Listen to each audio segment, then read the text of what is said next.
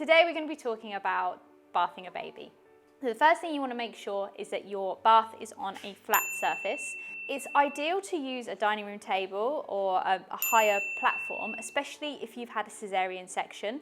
Leaning over the bath can actually hurt your back and can be really uncomfortable if you've had a cesarean. So using a higher surface is really helpful when you are bathing a baby. The next thing you want to make sure is that you obviously have your baby bath, and then you check the water temperature.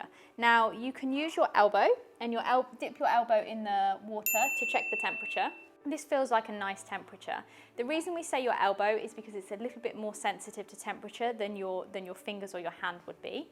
You can use a bath thermometer, and if you're looking at the temperature of the water, it should be between 36.5 and 37.5 degrees.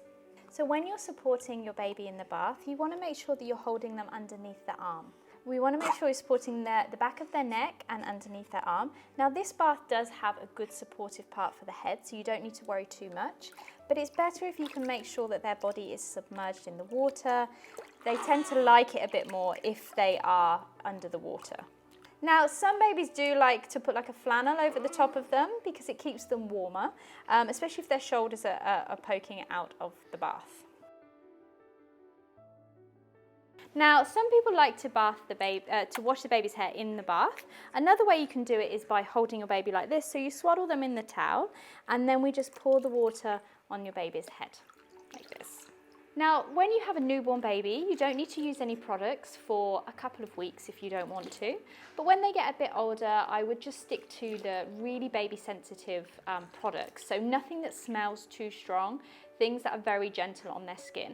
If you notice any redness or any irritation, stop using the products immediately. So we have some baby shampoo here. So we're just gonna rub that into baby George's head. And then you can just rinse it off with your hand.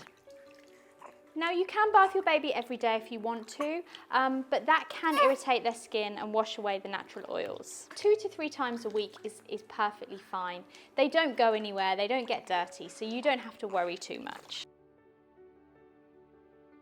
So when you're drying your baby, you don't want to rub vigorously, you just want to do gentle pats down their body.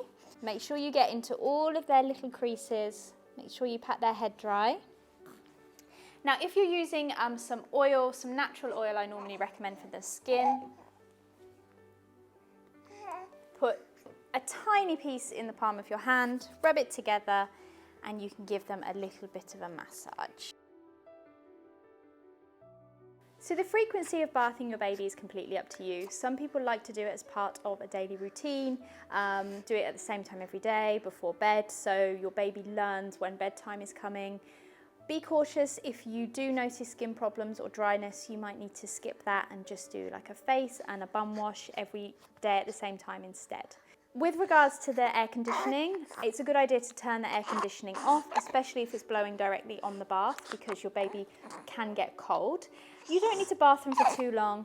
Literally, like 2 to 5 minutes is all a baby, especially a baby George's age, about 4 weeks. That's the amount of time that is needed. They don't need to sit in the bath for 30 minutes. It's not until they get older and they learn to play that you can extend bath time.